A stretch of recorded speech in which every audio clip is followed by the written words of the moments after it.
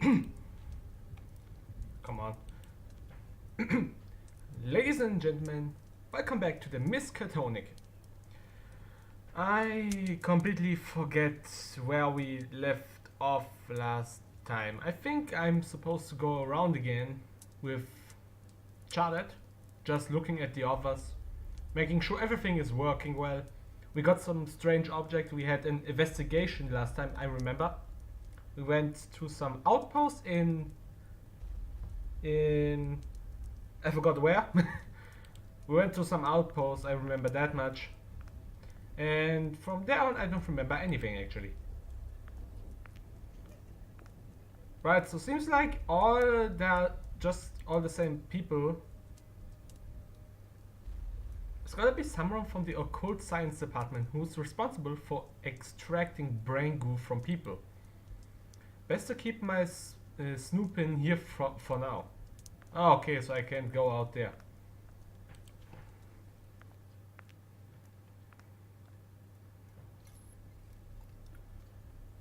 He got his brain over there.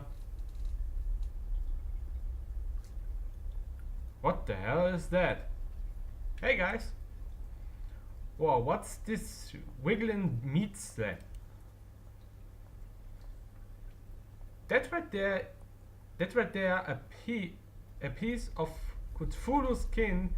Charming, ain't it? Grody. But I thought Cthulhu was like some huge alien god. How do you guys get such a huge chunklet of him? Well, he might be a huge alien god, but he's still corporeal.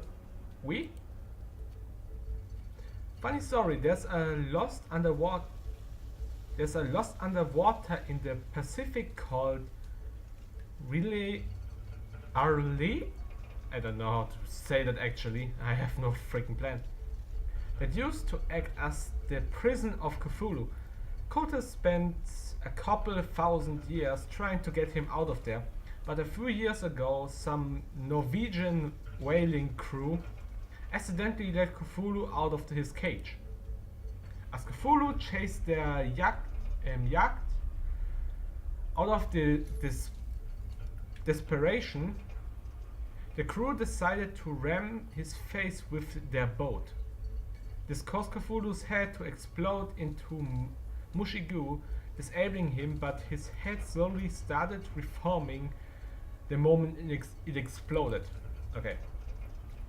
Smart fella then immediately told the Miskatonic, who now employs a fleet of icebreakers to continuously drive through the mushy remains of his head, stopping him from reforming and destroying the world. Sounds like a fun gig. What are the Wigglies doing? They point toward the rest of the host, desperately trying to reform.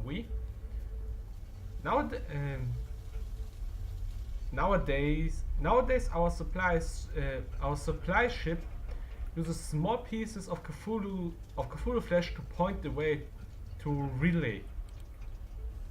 Awesome, thanks for the biology lesson. I can't speak. Okay, so I wasn't supposed to actually go in there, I just went there because I wanted to. What's wrong with your face? And there's Groot again, from the last part.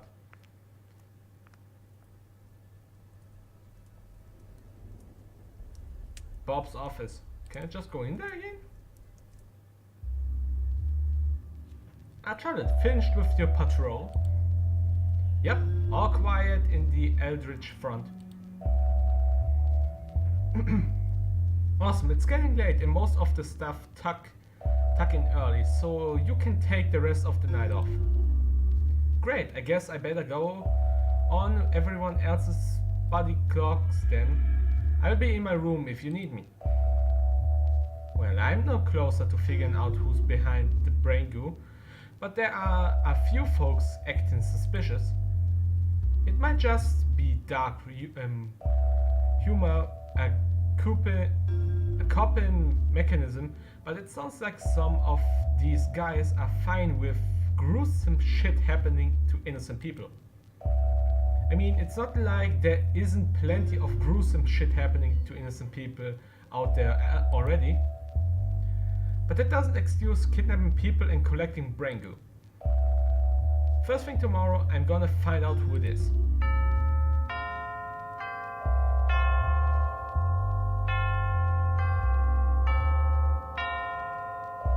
Good evening, ladies and gents.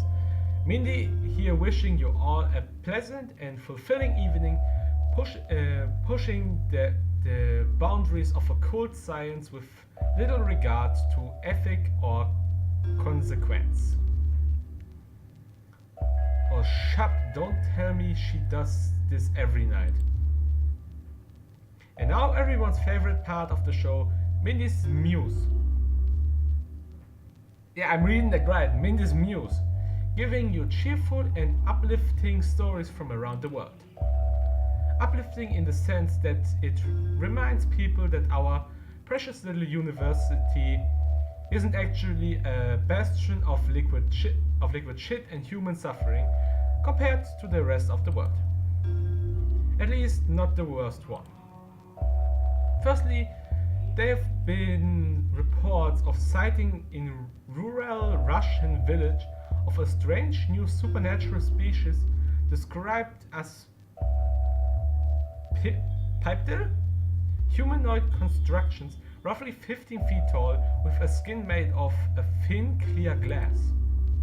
Strangely, these glass men appear to be stuffed with loose random human organs, extremities and entrails that all appear to be working correctly. Open heartbeat, unconnected intestines, masticate, several hands wriggling their little fingers. These creatures will wander silently into local villages, take a person's hand and walk back to the forest with people to pretend to protest our local Miskatonic correspondent Dave Chumley ends his report for the form in the personal notes section with, oh god, this is the freakiest shit, oh god, she just walked away with it, oh god, one of them has a fetus in its head, oh god, it's breathing, get me the fuck out of here. Hilarious. And if you think trained Miskatonic operators being frightened with tiny babies by frightened like tiny babies by walking lunchboxes is fun, reports from Paris state that the latest operation to clear the so-called void from the catacombs of Paris have ended in disaster. Oh, that's a nice picture actually. Oh yeah, that's God the peanut butter girl worships. She's bizarre. The only survivor of the 14-man operation has said that the void once again crept into the minds of the agents, stating that the three that turned their shotguns on themselves turned out to be the lucky ones. He went on to describe the death of the other 10 men to our university legion that in what can only be described as a puppeted trance, including bashing their heads against catacomb walls, tearing their eyes out and filling the sockets with gunpowder, and simply chewing the flesh of each other's faces until in a hollow voice he told the legion don't come back. He then proceeded to swan dive out of the French headquarters' second-story building into the concrete below. And from the other side of the world, there have been reports from the New Zealand of new supernatural insect infecting the populace. Right, the earwig thing. Hear those guys joking about it. Guess she's not gonna stop talking about creepy bullshit. Might as well try and sleep through it. The creature seems to carry no physical debilitating illness, but while pupating in the victim's ear, will generate the muffled sound of screaming and brutality, making victims believe that their neighbors are viciously attacking each other. Thousands of people have already been murdered in an attempt to save imaginary spouses from imaginary violence. Okay? A lot of reading already in this episode. Local Miskatonic correspondent Sasha, the Basher, claims that this had this to say. Just kill her already. I just want to sleep. Oh, Sasha, silly bollocks. There is no her, and talk like that gets you a visit from the Miskatonic's in-house sensitivity trainer. She tried to sensitivity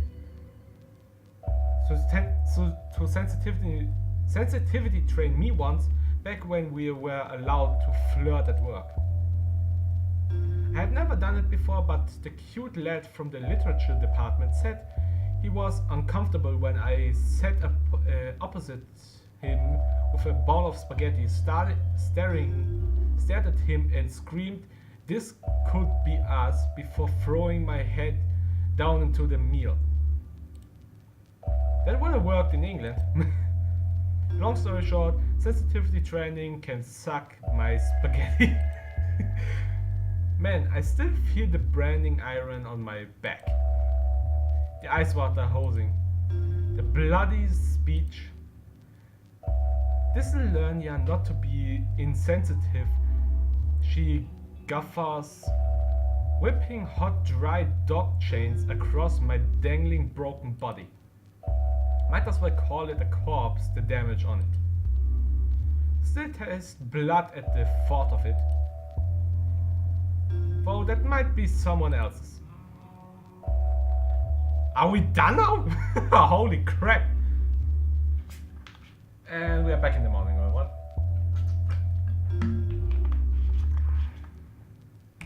So anyway, that's why I'm convinced that giraffes are from another dimension. And that concludes Mindy's Muse. We went a little over the time slot, but that's okay. This has been Mindy in the morning, signing off for the evening. Good morning, Miskatonic. It's your angelic little ball of adorable Mindy in the morning, bringing you all the morning announcement from across campus. 8 goddamn hours. She had been talking through the whole night. I absolutely love it already. Firstly, students of the creative writing teacher Miss Kufrizu have day off, as Mr. Kufrizu yesterday accidentally wrote his name on blood-dipped parchment and subsequently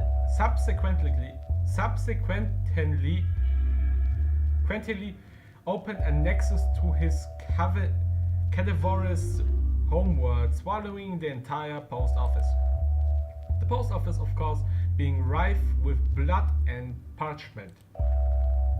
Secondly, a reminder to the students and faculty in the biology department that the revolvers held in the wall-mounted glass cases are for suicide purpose only. Excuse me. Don't try to be a hero when little Susie slashes herself with the rage virus. Let her do it herself and let our security forces take care of her. The turnover rate in high school is high enough already, and our woodworking teachers are complaining about the amount of coffin projects that they have their students working on. The security team there is there to die, so you don't have to. Thanks, Dick. Finally, our Argentinian outpost has delivered to us a Guinea Sugaf brain. A genuine Sugaf brain, I guess. Much to the delight of Dr. First Valentine, the brain has been sent to the corporeum and testings will begin today. This has been your favorite morning radio host, Mindy in the Morning, with the Miskatonic morning announcements. Holy crap, that's a lot of Mindy in the morning. Hello there, Charlotte. Are you needed in the corporeum? We? Okay, I'll be there in a second. Thanks, Mary. Okay. Holy crap. Alright, time to head to the corporeum. But the investigation's still on, so I gotta keep an eye out for mischief. Okay, why are they all standing there? Alright, I was not expecting to be like reading all of Mindy in the Morning in like literally 15 minutes. 15 minutes! That's enough for one part, I guess. So I see you all in the next video. Bye. See you later.